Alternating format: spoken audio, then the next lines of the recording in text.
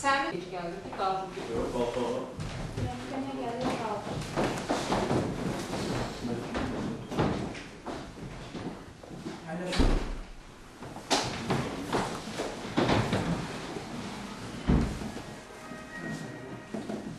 Nəğman Oğlanın məhkəməsində məhkəmə iclasına açıq elanında bugün iddiaçı Əliyev Cavanşirin Oyken Ömcəyə qarşı iddiasına mülki məhkəmə icraatı qaydasında baxılır və məhkəmə katibindən tələb edən ki, gəlib yanılmalı barədə müraciət edir. Məhkəmədə iddiaçı onun nümayəndəsi və cavabdeh onun nümayəndəsi iştirak edir. Şəxsiyyətini müəyyən etmək iddiaçı adını soyadınız. Mən Əliyev Cavanşir, yaşadığım yer Bakı şəhəri, Azadlıq 99.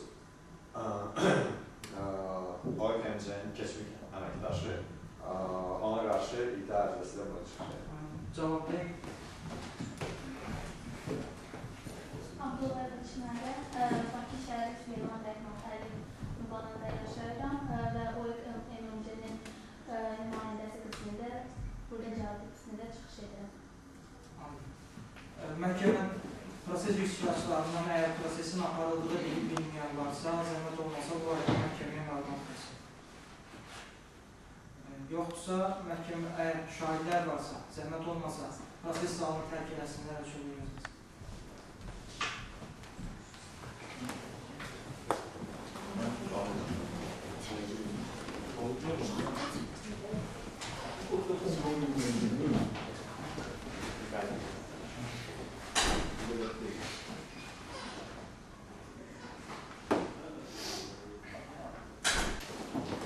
Tərəflərə məhkəmə tərkibi elan olunur. Hakimlər Əbdülməhrəmov, Ruslan Müşüzadə, sədrliyi edən Kamran Kərimdir. Əgər məhkəmə tərkibinə hər hansı bir etirazınız varsa, etirazınızı bildirin.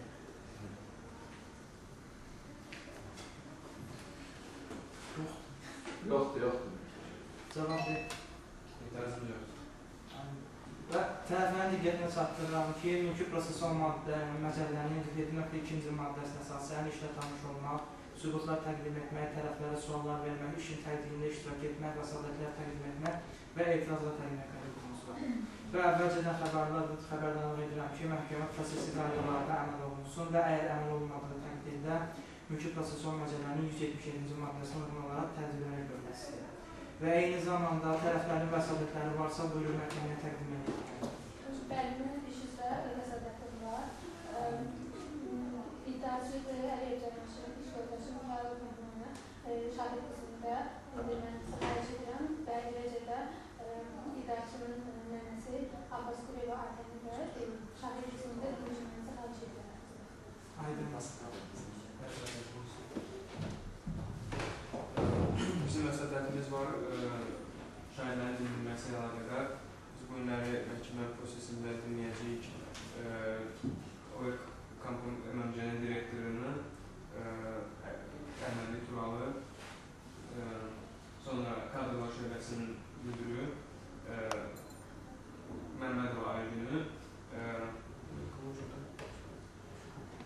və operator iş üzrə dinləniləcək Hacı Ülviyə. Tərəflərin vəsadətləri təmin olunur və indi iddiaçı tərəf verdiyiniz iddianı müdafiə edirsiniz.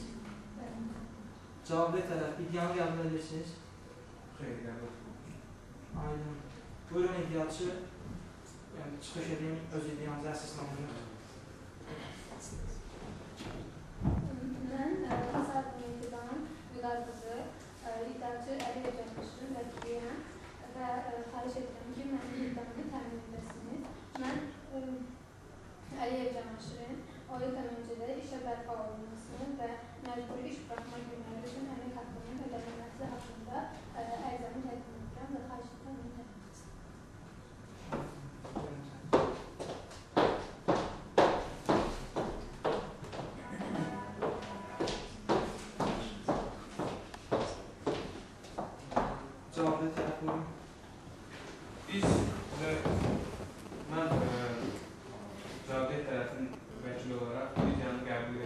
bu iddianı qəbul etmirik və göstərilən müdavarə əsas hesablayırıq bizi təqdim olan iddiadır. Hər şeylə etirazımıza nəzərə alsınız. İşin mahiyyəti üzrə buyurun iddiaçı öz tərəfiniz. Mən 4 ildir artıq 15 avqust tarixindəyəm. 4 il idi, OYK MMC-də işləyirdim. Orada IT sahəsi üzrə rəhbərlik, bütün IT işləri, informasiya texnologiya işlərinə rəhbərliyi mən edirdim. Və 15 avqust 2012-ci il 15 avqustu işə getməmişdim. Yəni getmədiyim səbəbləri var, amma onları açıqlamamışam. Yəni sırf açıqlamadığımın ücbatından işdən qovulmuşum. Burada iddia ilə çıxış eləməmin əsas səbəbi oradakı işlə bağlı detallara diqqətinizi çəkmək istəyirəm. Sırf mənim o işə getmədiyim gündə işin ahəngi, yəni biz bilirik ki, əmək məcəlləsində bir yol, işin ahəngi pozulmamış. Yəni burada belə ümumi baxsaq, mən heç iş sırf işlə bağlı, yəni işlə o qədər önəmli deyil, sırf rəhbərliyin münasibəti. Yəni ki, belə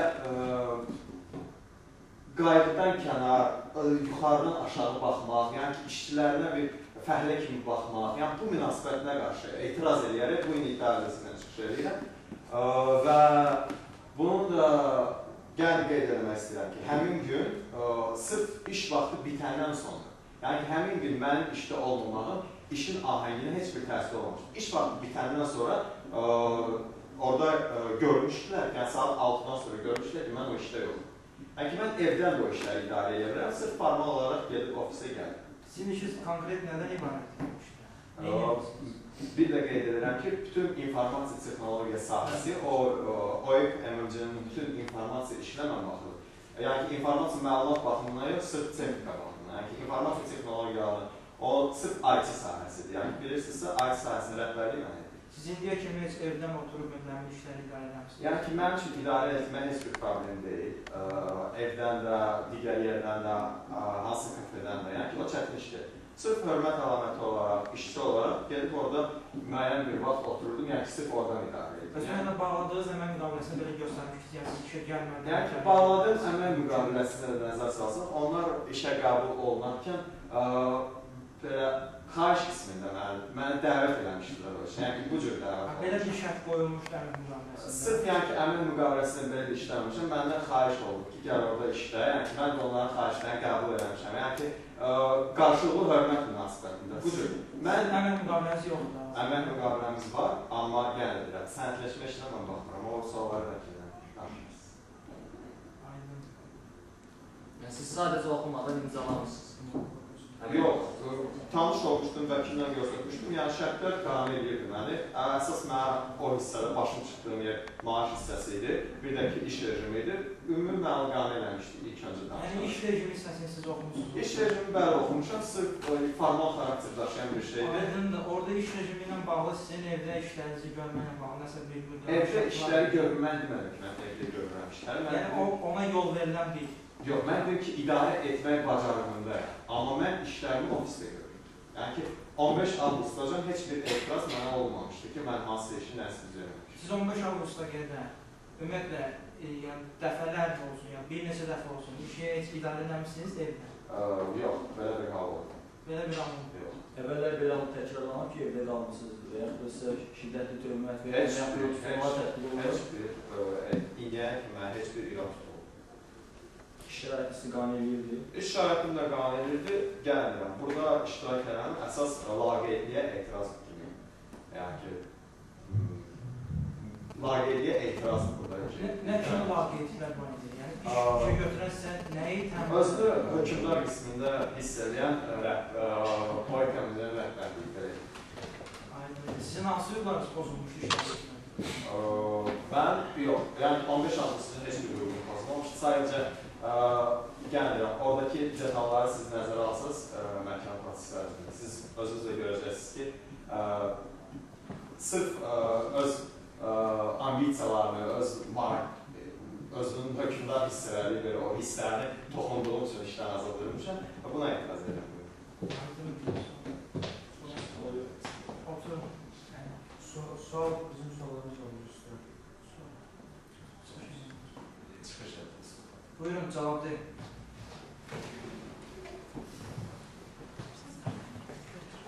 Mən OİK Enerji şirkətində bu şirkətin hüquqşünası vəzifəsində işləyirəm və bu şirkətin rəhbəri hər hansı bir belə qərarı qəbul etməzdən əvvəl mənimlə məsləhətləşir. Qeyd etmək istəyirəm ki, bütün bir iş günü ərzində iddiaçı üzürsüz səbəblərdən və heç kimə xəbərdarlıq etmədən işə gəlməmişdir və əmək müqaviləsində qeyd olunmuş əmək funksiyalarını yerinə yetirməmişdir. Və buna istinad edərək biz Əmək Məcəlləsinin 70-ci maddəsinin 2 bəndinə uyğun olaraq onu işə götürən öz qərarı ilə əmək müqaviləsini xitam etmişdir. Və daha da qeyd etmək istəyirəm ki, bildiyiniz kimi Əmək Məcəlləsinin 72-ci maddəsinin maddəsinin A bəndinə uyğun olaraq əgər özünün xəstəliyi və yaxın qohumların xəstəliyi istisna olmaqla digər səbəblər üzrlü hesab edilmir. Və iddiaçı öz izahatında qeyd etmək və iddiaçı öz izahatında bu üzrlü səbəbləri qeyd etməmişdir və işə götürənin bunlar haqqında heç cürə xəbəri ola bilməzdir. Və məhz buna görədir biz iddiaçının tələblərini əsas hesab edirik və məhz buna görə də iddianı qəbul etmirik. Aydındır. Tələbə cavabdır. İşçi işsizlər şirkəti işlədiyi müddətdə, yəni onun gördüyü işlə bağlı müddət nə dərəcədə razı idi? Müdiriyyət daima onun işi ilə razı idi və hər hansı bir üzürlü səbəblər olanda müdiriyyət hər cür köməkli göstərməyə çalışırdı və həmçinin qeyd etmək istəyirəm ki, bizim şirkətin bir siyasəti var. Əgər bütün iş günü ərzində bizi hər hansı bir işçi üzürsüz səbəbdən işə gəlməlidir. Aydındır. 15 avqust 2012-ci ildə 57 işə çıxmadığı vaxtda siz öz şirkətdəydiniz, həmin şirkətdə işləyirsiniz orada həmin gün. Orada sizin informasiya texnologiya bağlı nəsə bir probleminiz ya işlədən kimi məlumatların göndərməsi kimi nəsə bir problemlər meydana gəldi? Belə bir problemlər meydana gəldi və bu barədə çağırılmış şahid bu barədə sizə informasiya verəcəkdir. Amma bir dəqiqə, siz qeyd edirsiniz ki, ali təhsil hüquqşünassınız və həmçinin yəqin ki, Əmək Məcəlləsindən də xəbəriniz var. Əgər işçidən razısınız, özünüz də qeyd ediniz. Həmçinin deyirsiniz ki, bizim şirkətin siyasəti var ki, 3 günü ərzində işə gəlmədikdə, şirkətdən işdən azad olunur. Bir şey də var ki, 86 maddə deyir ki, əmək vericilər insan pozulmasına görə işçinin məsuliyyəti nəzərdə tutulur. Orada ən axırıncı hal kimi, yəni aralaşdırıcı hal kimi işçinin 70-ci maddənin C-bərində işdən azad olması göstərilir. Yəni əvvəllər siz buna hər hansı bir əmək haqqından tutulma və yaxud töhmət, şiddətli töhmət tətbiq etməmişsinizsə, niyə birdən onu ən ağır maddə ilə işdən çıxarmısınız? Məhz incə mən bunu da qeyd etmək istəyirdim. Sərt bir siyasət aparılır bizim şirkətdə və hər bir işçinin bu sərt siyasətdən xəbəri vardır. Əgər bütün bir iş günü üzərsüz səbəblərdən gəlmədikdə və işə götürənin heç bir hallarda bundan xəbəri olmadıqda, sadəcə təsadüfən iş vaxtı hələn bitməsinə bir neçə dəqiqə qalmış, girib gördü ki, işdə yoxdur və əgər bu hallar təkrar olmazsa, digərləri üçün çox pis bir nümunə ola bilər. Başa düşürük, hər halda qanunvericiliyimiz sizin şirkətin siyasətindən üstündür və qanunvericiliyimiz ən axırıncı ağırlaşdırıcı hal kimi işdən azad olunmanı göstərir. Siz özünüz də qeyd edirsiniz, işindən razısınız və əvvəldə də qeyd edirsiniz ki, əgər 3 iş günü ərzində işə gəlmədikdə, sizin şirkətinizin siyasəti o idi. Sizin bu şirkətinizin kadrlarla bağlı siyasətini özündə əks elətdirən bir sənəd, nizamnamə, əsasnamə falan belə bir sənəd var sizdə? Təqdim edə bilərsiniz? Biz hər bir şeyi növbəti sosial hərəkətlərlə sürdürəyik. Sual verdim, yəni belə bir sənəd var ya yox, təqdim edə bilərsiniz? Təqdim edin sənəd olmasına ki.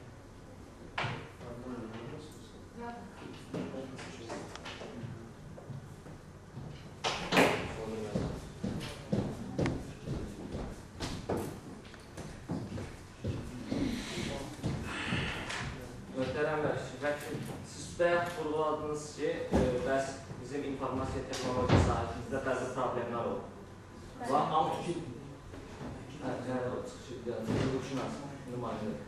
Siz dediniz ki, problemlər oldu da texnologiyada. Amma necə olur ki, həmin problemlər iş saatının bitməsinə 2-3 dəqiqə qalmış ortaya çıxdı və bu vurguladığınız ki, təsadüfən olur. Əgər bir problem çıxsaydı, birincisi həmin işçini zəng edib axtarmaq olardı. Düzdür, axtarmışsınızmı? Və buna dair bir sübut. Bu barədə müvafiq şahidlər var və onlar barədə sizə daha məlumatlı. Bir sual verin. İşçi işgal olmamasına bağlı. Siz dediniz ki, bəzi işlər problemlə yaradacaqsınız.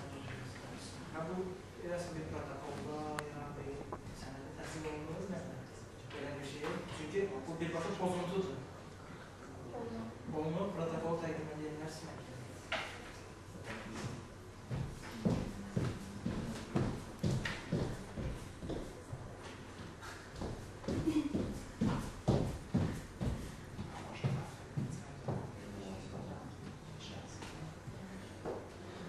Olar biz də olalım.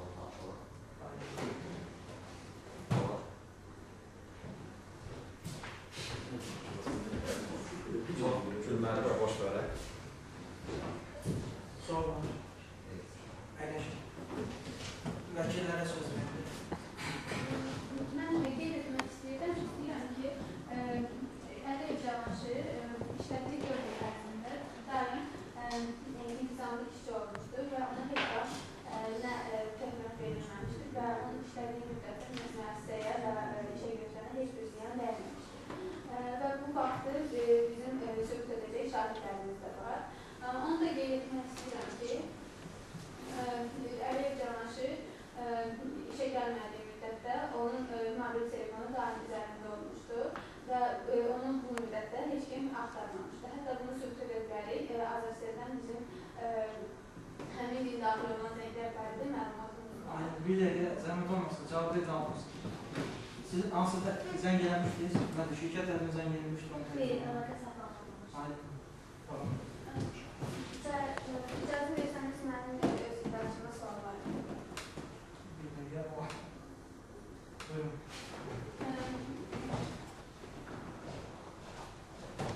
Hörmətli iddiaçı, siz o ekonomikdə işlədiyiniz müddətdə işə gecikmə və yaxud işə getməmə hallarınız olmuşdur. Bununla bağlı heç bir etiraz olmuyor məniyyətim o ekonomikə. Hörmətli iddiaçı. Bir dəqiqə, sual verin ki, belə bir hava olur yoxsa? Olmuyor, dayan ki, heç bir etirazlar olmuyor. Nə kimi razı? Hörmətli iddiaçı, siz o ekonomikdə işlədiyiniz müddətdə sizə işə götürən tərəfindən və yaxud müdiriyyət tərəfindən hər hansı bir irad tutulubmu sizin işinizdə? Heç bir irad tutulmuyor, heç bir ümumiyyətlə çox qarşılıqlı hörmət münasibətlərimiz var. 15 avqust.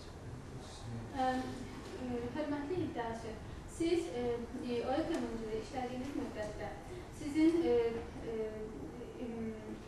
məsuliyyətli olduğunuz həmin o kompüter avadanlıqlarına diqqətlə yanaşmamağınız səbəbindən iş rejimi pozulmuşdur, işin ahəngi pozulmuşdur? Heç bir xidmətli hakim, yönəlici suallar verirlər. Xahiş edirəm, etirazımı qəbul edirsiniz.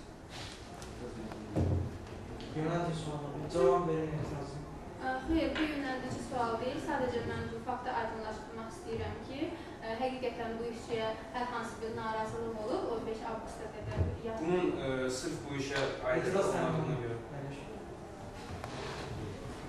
Hörmətli iddiaçı, sizin mobil telefonunuz varmı və mobil telefonunuzun mobil nömrənizi sizin iş yoldaşlarınız və yaxud müdiriyyət bilirmi? Sözsüz mənim bütün əlaqə telefonlarım müdiriyyətdir. Sizə həmin gün, yəni 15 avqust 2012-ci il tarixdə işə götürən tərəfindən və yaxud iş yoldaşlarınız tərəfindən hər hansı bir zəng olmuşdurmu? Heç bir zəng olmuyor. Onu göstərir ki... Aydındır, aydın fikri sonra dinlərsiniz. Sual var. Sual var. Sonra dinlərsiniz. İddia səhərmiş. Sual var. Hörmətli iddiaçı, mənim sizə bir neçə suallarım var, xahiş edirəm cavablandırasınız. Siz 4 il ərzində özünüzə qarşı hər hansı bir alçaldıcı münasibət görmüsünüz? Ümumiyyətlə, mən hələ şərait yaratmamışam ki, mən alçaldıcı münasibət ola bilsin. Yəni görməmişsiniz. Ola da bilməsin. Hörmətli iddiaçı, nə səbəblə siz işdən qovulduğunuzu bilirsinizmi? Sizə elan olunubdur? Səbəbi elan olunub, amma yenə də bayaq qeyd etdiyim kimi, mən etirazım səbəblə deyil. Yoxsa olmuyor. Bəs siz bu səbəbi özünüzə, yəni işdən qovulmanızı əsas kimi qəbul edirsinizmi? Sözsüz ki, qəbul edəmirəm. Etirazım var. Buyurun. Bunlar yönəldici sualdır. Etiraz təmin olunur. Yəni, qəbul edirsiniz. Əsas kimi qəbul etmirəm. Çünki Sizin sualınız var. Sizin xəbəriniz var mı, hörmətli iddiaçı, ki, sizin işə gəlməməyiniz işi risk altına alır? mən öz işimi bilirəm. Yox, O xəbəriniz sahə var mı? mənim rəhbərliyimin altında deyil ki, o sahə aydınlıq gətirmək. O sahə mənim rəhbərliyimin altında olan bir sahədir. Və mən o sahədə bütün işlərdən məlumatım. Mən bildim ki, mən həmin gəlmələrində işin ahəngi pozulur. Üzr istəyirəm, sizin ekstrasens hissiyatlarınız Sizə deyirəm, ola bilər siz öz profesiyanızı yaxşı bilirsiniz, amma bilirəm. Yox, mən suala əsaslandıra bilərəm, xahiş edirəm. Etiraz edin. Çünki bunun bizim xidmətimizə Aidiyyəti var, xahiş edirəm. Aidiyyatı yox, ekstrasensliyin prosesi heç bir Yox, mən... Sual çıxardılır. Tamam. Hörmətli iddiaçı, siz hardan bilirdiniz ki, iş risk alınmır həmin gün? Gəlin qeyd edirəm, o iş mənim rəhbərliyimin altındadır. O sahə mənim rəhbərlik edirəm. Sizin force major hallar haqqında xəbəriniz varmı? Force major halı ümumiyyətcə bütün təşkilata təsir edə bilər. Force major hallarda işdə... Mən force major halların tədqiqi ilə məşğul deyiləm. Mən IT sahəsi ilə məşğul. Siz buna xəbəriniz varmı ki, sizin işdə olmamağınız hər hansı bir halda kompaniyaya böyük zərər vura bilər? Mənim işimə, orada olmamağım, mənim boynuma düşən isə heç bir ziyan olmayacaq. Mənim iddiaçıma təsdiq göstərir. Xahiş edirəm ki, etirazını qəbul edəsiniz. Təsdiq göstərməyin, xahiş edirəm. Təmin olunur, əyləşin. Tamam. Hörmətli iddiaçı, sizin evdə işləməməyiniz, evdə işləmək haqqında heç bir qeydiyyatın əmək müqaviləsini göstərməmək haqqında xəbəriniz varmı? Siz bu sual ola bilər ki, mənim çıxışıma əsaslanıb verirsiniz. Mən xahiş edirəm sual. Gəlin, bir də təkrar eləmək istəyirəm, cəmiyyət hakim sizə də qeyd edirəm ki, işdə, evdə işləmək mənim əlimdə, yəni bu mən bacarıram bunu. Amma ondan istifadə eləmək. Suallar mahiyyəti üzrə cavab verin. Mahiyyəti üzrə cavab verirəm, yoxdur söz. Təşəkkür edirəm. Bir də ki, xahiş edirəm, mən sizə bir sual vermək istəyirəm, sonuncu sualım. Siz bu məhkəmədə hər hansı bir maddi iddia verirsiniz, yoxsa hər hansı bir mənəvi iddia? Sırf iddialar, yəni ki, sizin iddianız maddidir, yoxsa mənəvi? Vəkillədir. Qanuni tərəfini vəkillədir. Yox, mən sizə bu qanuni bir sual deyil, yəni bu müqayət deyil. Sırf hər bir məntiqli insanca, bu maddi bir iddiadır, yoxsa mənəvi? Mən duyğuların bərpasına aid Etirazım var, mühtərəm hakim. Bunlar yönəldici suallar. Təşəkkür edirəm, mən suallarıma cavab aldım. Bundan sonra... Başqa sual var sizdə? Başqa sual var? Əyləşin. Cavablı tərəf. Hörmətli vəkil, buyurun. Müdafiə edici şəxsən. Hörmətli cavab deyil. Sizə bir sualım var. Son 4-5 il ərzində kompaniyada hər hansı bir əvvəldən görünməyən bir hal baş verir? Yəni, bir çox dəfə olubdur ki, bizim heç planlaşdırdığımız, nəzərə almadığımız hallar baş veribdir, hər bir şirkətdə oldu ki. Və bu halların qarşısı alınmasında işçilərin rolu necə olur? Çox böyük rol var, xüsusən əgər hansısa bir şöbənin rəhbəridirsə, onlar ilk olaraq bu problemin arada qaldırmasına cəlb olunurlar. Hörmətli cavab deyil, bu 4 il ərzində hər hansı bir sizə, yəni siz hüquqşünas olduğunuz üçün sizə bu sual verirəm. Sizə müraciət olunubdur ki, yəni hər hansı bir təzyiq, hökmdar davranış və yaxud hər hansı bir digər qeyri-qanuni hərəkətlər rəhbərlik tərəfindən işçilərə münasibət göstərirsiniz? Belə bir etiraz edirəm. Buyurun. O xanım işçi deyil, yəni ki, daha doğrusu rəhbər deyil, heç bir şöbədə. Ona görə də xahiş edirəm ki, ona bu sualları yönəldirsiniz. Etiraz verəm, xahiş edirəm, etiraz edəm. Əsaslandırın ki, Xanım hüquq şöbəsinin rəhbəridir, kampaniyanın MMC-nin baş hüquqşünası olduğu kimi bütün hüquqi məsələlər həmin qurumdan keçir, həmin mahiyyəti üzrə xanımdan keçir. Ona görə mən bu sualları ona verirəm və bunların hər biri işə mahiyyəti var, bunlara əsaslandırılır. Belə bir hallara rast gəlməyibdir, çünki birincisi bu şirkətin ümumi siyasətinə ziddir ki, işçilərlə onların layiqli olmadığı şəkildə davranır. İddiaçı işə gəlməməyinin hər hansı bir səbəbi göstərdimi? Bunu göstərməməyə nə cür izah etdi ki, göstərmək istəmədi? O izahat yazdı. 15-i amma lakin o izahatda heç bir üzürlü hesablar qeyd edilməmişdir. Yəni bunu sadəcə olaraq yazdı və bildirdi ki, mən işə gəlməmişəm. İtiraz edirəm. Bu yönəldici sualdır. Mən yönəldici sual deyil. Bu iş üzrə mahiyyəti olan sualdır. Sana etiraz edirəm. Bir də ki, öz tərəfim mən yönəldici suallar verə bilərəm. Bu mənim hüququmdur. Xeyr, heç bir belə mahiyyətli və vacib bir informasiya qeyd olunmuşdur. Sadəcə qeyd olunmuşdur ki, hansısa şəxsi işlərlə bağlı gəlməmişdir. Amma hansısa məhz üzürlü səbəblər, yəni yaxın qohumluğun xəstələnməsi barədə heç bir səbəb qeyd olunmuşdur. Bir də sizə son sualımdır. İddiaçının sənədləşmələrdə və hər hansı bir prosesdə iddiaçının işlədiyi müddət ərzində rəhbərlik haqqında hər hansı bir şikayət olmuşdurmu? Bizim rəhbərlik haqqında ilk şikayət məhz bu iddiaçı tərəfindən verilibdir. Buna qədər bizə qarşı heç bir tərəf irəli sürülməmişdir. Sual var mı? Təşəkkür ederim. Mənim cavablayan daha suallarım yox. Amin bəylər, buyurun. Hörmətli cavab verin. Xahiş edirəm ki, mənə cavab verəsiniz. Əliyev Canaşirin əmək funksiyası MMC-də nədən ibarətdir? Onun əmək funksiyası o IT şöbəsinə həm rəhbərlik edirdi, həm də lazım olan səbəblərdən əgər hansısa işçi onun şöbəsindən yeri yoxdursa, o əmək funksiyasının, işçinin əmək funksiyasını o yerinə yetirməli idi həmçinin. Onun bu günə qədər nə vaxtsa irad tutulursunuz və yaxud töhmət vermişsiniz? Möhtərəm hakim etirazım var. Bunlar hamısı artıq prosesdə göstərilmişdir və bildirilmişdir. Yəni bu məlumatlar artıq var. Aydın etiraz həmin onun sual çıxardır. Onun işdə olmadığını nə vaxt tərəfindən baxmışdınız? Etiraz edirəm möhtərəm hakim göstərilmişdir. Mən bunları sübut etmək istəyirəm. Yəni bir daha təkrarlanır möhtərəm hakim. Etiraz edirəm. Xahiş edirəm. Etiraz həmin Bəli, onun işdə olmadığını nə vaxt tərəfindən? Onun işdə olmadığını iş vaxtı qurtarmadan bir neçə dəqiqə əvvəl rəhbərlik bu OİK-nin rəhbəri məhz özü görmüşdür. Nə üçün onu iş günü ərzində axtarmamışdınız? Çünki rəhbərliyin o gün onun işdə olmadığı barədə heç bir xəbəri yox idi. Çünki iddiaçı özü heç bir xəbərdarlıq etməmişdir. Bəs ona ehtiyac olmuşdu mu həmin? Bəli, ehtiyac var idi.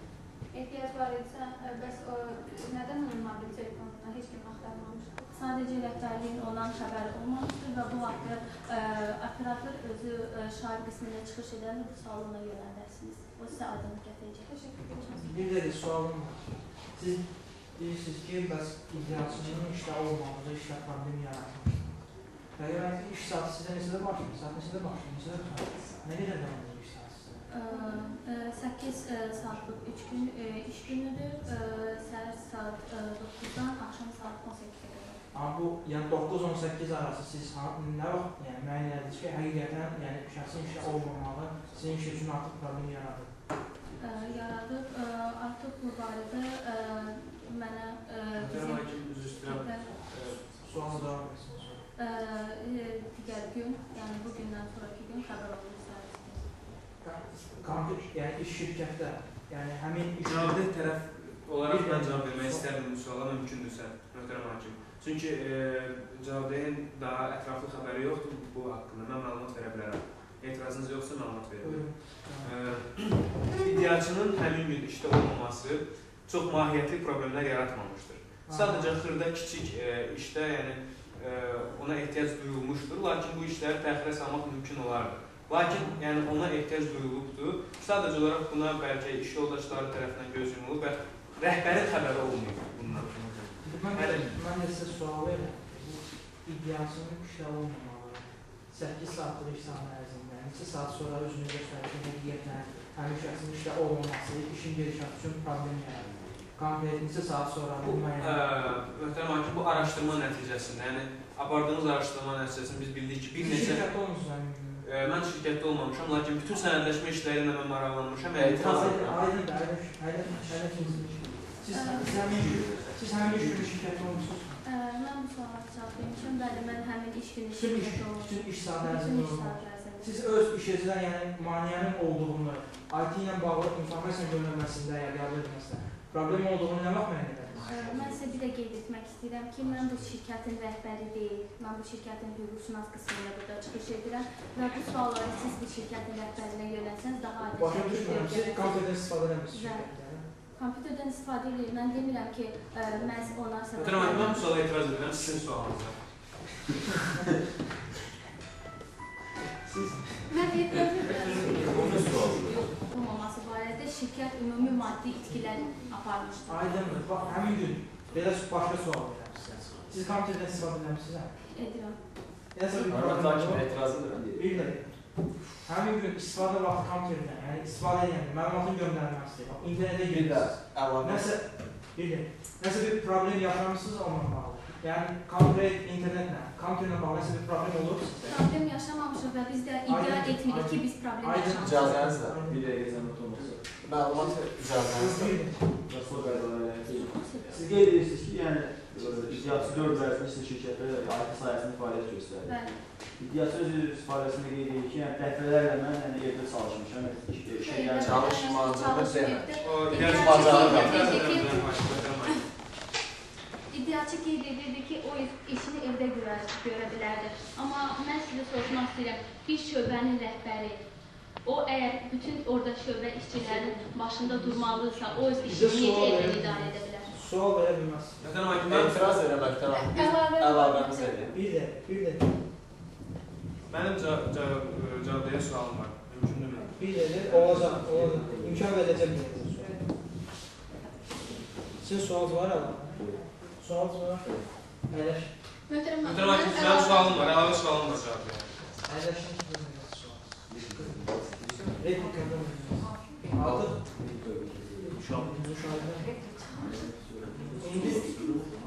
İndi şahidlərin dindirilməsi. Yəni sizə birinci iddiası. Bizim şahidimiz olan Karl Mehmanı buraya dəvət edilir. Buyurun. Mehman şəhər qismində məhkəmə zalına buyursun. Gəl. Hadi şükür.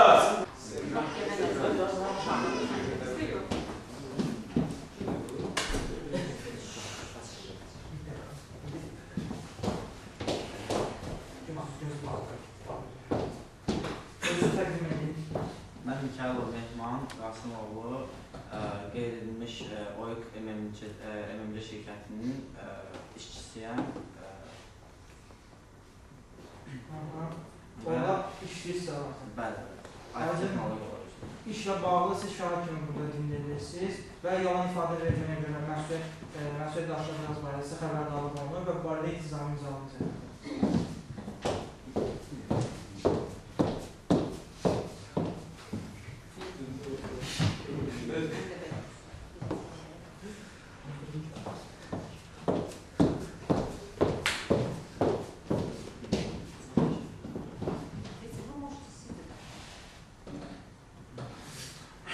Buyurun, iddiaçı şahid edildir. Hörmətli şahid, siz Əliyev Cavanşirlə neçə ildir ki, bir yerdə işləyirsiniz? Artıq 3 ildir ki, Əliyev Cavanşirlə bir Onun işi nədən ibarət idi? Qeyd edə bilərsiniz? Bəli, o... etiraz edirəm. Biz bunu məlumat bizdə var artıq. Yəni bu etiraz sənin olmaq, tamam. Onun işlərini barədə qeyd edə bilərsiniz? Özü qeyd etdiyi kimi o IT texnologiya üzrə şirkət rəhbəri idi və bu işlə məşğul oldu. İnformasiya texnologiya üzrə. Hörmətli şahid, Əliyev Cavanşirin bu sizinlə işlədiyi müddətdə deyə bilərsinizmi, iş yoldaşlarıyla olan münasibəti necə idi? Onun iş yoldaşlarıyla olan münasibəti çox gözəl idi. Mən özümün nümunə kimi götürsəm, mənimlə münasibəti və digər işçilərlə münasibəti çox yaxşı idi. Bəs rəhbərliklə olan münasibəti necə? Rəhbərliklə də mən onunla rəhbərliyin arasında bir münaqişə görməmişəm, məncə yaxşı olur. Əliyev Cavanşir bu günə qədər nə vaxtsa əmək intizamını pozubmu? Xeyr, mən belə bir halın şahidi olmamışam. Kifayət, təşəkkür edirəm. Buyurun, bilgilərin.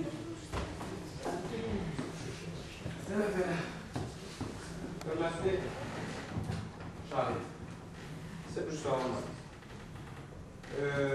Həmin 15 avqust tarixində İdeyaçının işdə olmadığı sizin məlumatınız var idi. O mənə bu barədə məlumat verməmişdi. Mən işdə olduğum üçün mən görmüşdüm ki, o işdədir, amma özü şəxsən mənə məlumat vermədi. Sizin iş, yəni sırf iş kollega münasibətinizi sual verməm, yəni sırf iş münasibətiniz, yəni bir-birinizin işinizdə təmin olması, iş prosesini Cavanşirlə hansı münasibətləriniz var idi? Yəni sırf iş... Yəni mən... Sizin işinizə Cavanşirin işi nə qədər aidiyyəti var idi? Xahiş edirəm, biraz ətrafını anlat verərsiniz. Mən özüm də informasiya texnologiya üzrə işçi olduğuma görə... Cavanşir sizin rəhbəriniz idi? Bəli. Siz həmin gün Cavanşirin işdə olmadığı haqqında xəbəriniz var idi, lakin niyə gəlmədiyi haqqında heç bir xəbəriniz yox idi. Hər hansı bir problem çıxdıqda işdə, yəni bu 4 il ərzində mən güman edirəm ki, hər problem çıxdıqdır, yəni iş prosesində ümumiyyətlə problem çıxdıqda kim məsuliyyət daşıyır, yəni buna rəhbərliyi kim aparır? Təbii ki, informasiya texnologiya üzrə nəsə bir problem çıxdıqda məsuliyyəti Əliyev Cavanşir. Siz hər hansı bir problem çıxdıqda Əliyev Cavanşirə məruzə edirsinizmi? Yəni sizin bir qılavası rəhbəriniz kimi, edirdinizmi? Bəli. Və həmin gün mən bildiyimə qədər sənədlərdə göstərilmişdi ki, kiçik problemlər var idi sistemlə əlaqədar. Bu problemlərin həlli nə cür oldu? Yəni ki, məhz mənim işimlə bağlı heç bir ciddi problem olmuyor. Ona görə də mən bu barədə mən Əliyev Cavanşiri məruzə təqdim etməmişəm. Yəni, onun köməyinə ehtiyac olmuyor. Lakin sizin işinizdə, siz həmin gün işdə olduğunuz müddətdə... Etiraz edirəm, bunlar yönəldici suallar. Etiraz təmin oldu, tamam. Siz müraciət etmək istəyiniz olubmu həmin gün Cavanşir? Yəni, yox, mən ehtiyac duymusunuzmu? Elə bir böyük problem olmuyor ki, mən ona etiraz edim və mən... Lakin kiçik problemlər həmin gün... Mən onları özüm həll etmək... Təşəkkür edirəm. Bir də ki, siz qeyd etdiniz ki, sizin çox isti münasibətiniz var idi rəhbərinə. Yəni, sırf iş münasibətləri. Hansı rəhbərdən? Yox, yəni, IT mərkəzinin rəhbəri ilə. Bu münasibətlər, yəni sizə belə gəlir ki, qane edirdi ki, o sizə hər hansı bir şəxsi problemini deyə bilirsiniz. Etiraz edirəm. Bu sualın bizim xidmətə aidiyyəti yoxdur. Aidiyyəti var, buna əsaslandıra bilərəm. Mən verdiyim sual ona aiddir ki, yəni Cavanşir dediyi kimi, yəni iddiaçı öz çıxışında göstərmişdi ki, rəhbərliklə hökmdar rəftar olmuşdur. Lakin əgər rəhbərliyə güvənmirsə, rəhbərliyə demirsə, hər halda iş yoldaşına hörmət edib, yəni ona deyə bilərdi ki, niyə görə gəlməyir. Yəni mən bu sualı ona görə verirəm. Etiraz təmin oldu. Sual çıxardır. Tamam. Teşekkür ederim. Şahit daha sağ olun. Bizim bəzi suallar. Mehman, siz həmin günü bütün işdə olmuşsunuz, 5 saatlər. Ümumiyyətlə, belə nə kimi problemlər olur IT ilə bağlı sizin şirkətdə? Bilirsiniz, o ümumiyyətlə yoxsa həmən gün nəzərdə? Yox, ümumiyyətlə. Hansı problemlər olur? Siz hansı problemlərlə rastlaşırsınız? Ümumiyyətlə, indiyənə kimi işlədiyim illər ərzində elə bir böyük bir problem olmuyor. Yəni, sırf iş üzrə kiçik problemlər olur. Onlar da ki, biz aramızda özümüz həll eləmək. Bu problemləri aradan qaldırılması üçün, yəni sizin, yəni nə qədər işçi lazımdır, nə qədər işçi potensial lazımdır ki, kiçik, yəni belə hesab edilmiş problemlərdən lazımdır. Yəni siz tək bu işi bacararsınız, yəni konkret heç kəsin köməyi olmadan, ya tək bir işçi bunu eləməsi mümkündür, yoxsa mütləq sizə göstəriş verən, ya sizin işinizi sistemə salan bir nəfər lazımdır ki, bu problemlərdən lazımdır? Təbii ki, ona ehtiyac var. Tək insan onu əlindən bacara bilməz. Ona görə bizim məndən başqa da işçilər var. Onların köməkliyi ilə kiçik problemlər olduqda problemləri aradan qaldırmağa qalır. Yəni belə çıxır ki, bu sizin IT rəhbərin orada olub-olmamağından sizin işə heç bir təsiri olmamalıdır. Təbii ki, o problemdən də asılıdır və həmən günü... Həmin gün konkret sualı belə qurulur. IT rəhbəri, Cavanşir Əliyev həmin gün işə gəlmir. Cavanşir Əliyevin işlə olmaması, yaranan problemin aradan qaldırılması ilə bağlı sizə nəsə bir çətinlik yaratdı, sizin iş nəsə bir xeyr, belə bir çətinlik yaratdı. Onun olmaması ilə bağlı çətinlik yaratdı. Siz ümumiyyətlə bu iş vaxt nə ilə bağlı problem yaranmış olmuşam? Bunlar kiçik bir problemlər idi. Elə problemlər idi ki, rəhbərliyin orada olması vacib deyil. Yəni biz özümüz onu aradan qaldırmışıq. Və belə problemlər yarananda əvvəl onları aradan qaldırmışsınız, yəni Cavanşirin xəbər olmadan? Təbii ki, elə kiçik problemləri rəhbərliyin xəbəri olmadan aradan qaldırmaq. Təqdirli nə qədər müddət aradan qaldırmışsınız? Təxminən 10-15 dəqiqə çəkib belə kiçik problemlər. Yəni belə çıxır ki, bu şirkətin işinə ciddi təsir törətmir. Xeyr. Yəni siz özünüz IT-üzrə mütəxəssisiniz və özünüz bilirsiniz ki, məlumatların göndərilməsidir, qəbul edilməsidir. Burada istənilən halda problem ola bilər əgər, yəni texnologiya düzgün işlənmirsə, ya da bir problem varsa. Sizcə, yəni bu nə dərəcədə təsir edir şirkətin işin ləngiməsinə? Məncə belə kiçik problemlər işə heç bir təsiri, yəni heç bir təsiri olmuyor. Olmuyor. Problemlər əsasən texniki baxımdan olur. Onu da biz aradan qaldırmışıq. Siz ümumiyyətlə IT belə bir problemi evdə oturub aradan qaldıra bilərsiniz? Mən qeyd etdiyim kimi problemlər sırf texnika ilə bağlı olur və yəni işdə olan texnika ilə bağlı olur və o problemi aradan qaldırmaq üçün mənim işdə olmağım vacib edir. Aydın. Ümumiyyətlə, bəs heç belə bir praktika olub ki, məsələn, hər hansı bir problem yarananda siz bunu evdən ya digər bir yerdən istifadə edib məsələn? Məndə də bir praktika olmur. Aydın. Yəni mütləq sizin işdə olmanız vacibdir ki, siz bu problemi aradan qaldıra bilərsiniz. Ola bilsin ki, mən bəzi işləri evdən və başqa bir yerdən də idarə edə bilərdim. Amma ki, indiyənə ki, məndə elə bir hal olmuyor. Yəni, təbii ki, işin həcmindən də asılır. Amma siz bana dediniz ki, ümumiyyətlə, mən işdə olmalıydım. Çünki bu aradan qaldırmaq üçün mütləq işdə olmalıydım. Həmin gün işdə olmalıydım. Aydın, sual var. Bir sualım var, mümkündürsə. Sualınız var. Sual verim. Yəni bu texnika ilə bağlı problemlər olur da hər dəfə. Yəni siz deyirsiniz ki, texnika ilə bağlı problemlərin həll edilməsi, aradan qaldırılması üçün işdə olmaq vacibdir. Yəni Cavanşir Əliyev digər iş günlərində orada olanda, elə bir problem olanda siz Cavanşir Əliyevi çağırıb onu rəhbərliyi altında mı edirdiniz, yoxsa? Bu elə bir texnika ilə bağlı problemlər elə bir problemdir ki, biz onu özümüz işçilər həll edə bilirik və bunun üçün rəhbərliyə ehtiyac olunur.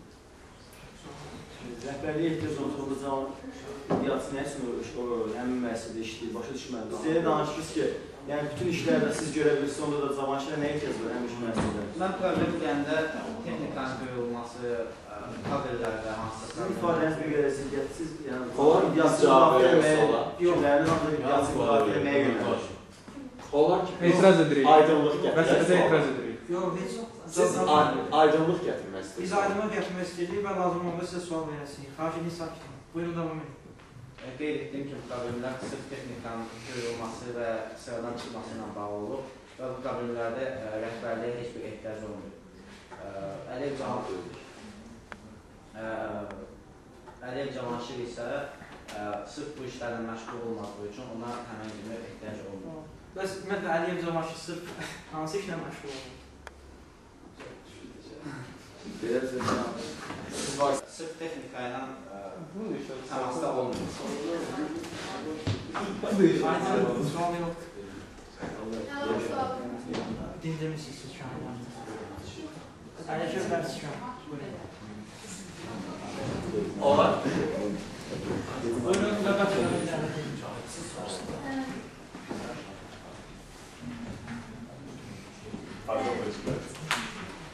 Məsələn, hakim, sizdən xahiş edirəm ki, iddiaçı Əliyev Cavanşirin nənəsi Aydın Abbas Güleyevanın şahid qismində məhkəmə zalına dəvət edəsiniz.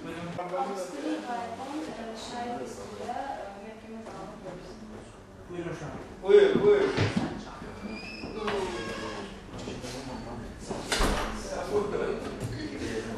Həkim lazımdır çağır. Lazımdır da bu. Həkim çağırdan şöyle. Özü təqdim edin. Mənim adım Abbas Güleyevan.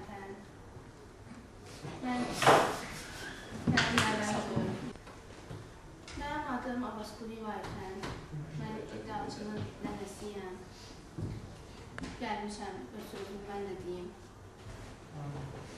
Sizə xəbərdarı veririk ki, yalan ifadə verməyə görə məhkəmədə məsuliyyətsiz və bunun hala zəmət olması iltizamlı izahdır.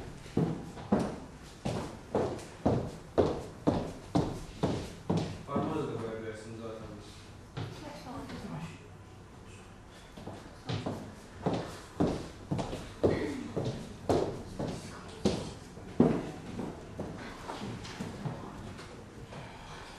Buyurun. Hörmətli şahid, siz deyə bilərsinizmi? 15 avqust 2012-ci il tarixdə Əliyev Cavanşir haradadır? Əlbəttə ki, qızım, mən deyə bilərəm bunu. Həmən günü bizlə mənim nəvəmdir, xəstəxanadaydı. Bütün gün ərzində demək olar ki, mən özüm qoca arvadan, şəkər xəstəsiyəm, dableynim də var. Kanım xərab oldu gecədən, psixoloqa çağırdı. Belə məcbur oldu, balam bıraxdı, iş bildi. Mən də dedim ona ki, balamsan, qalma mənim yanımda, lazımdır, ged işivə. Dedi ki, yox anne, mən səni qoyub gedə bilmərəm. Bütün işimi də görmüşəm, telefon da yandı. Lazım olsa mənə çağırarlar, gedərəm.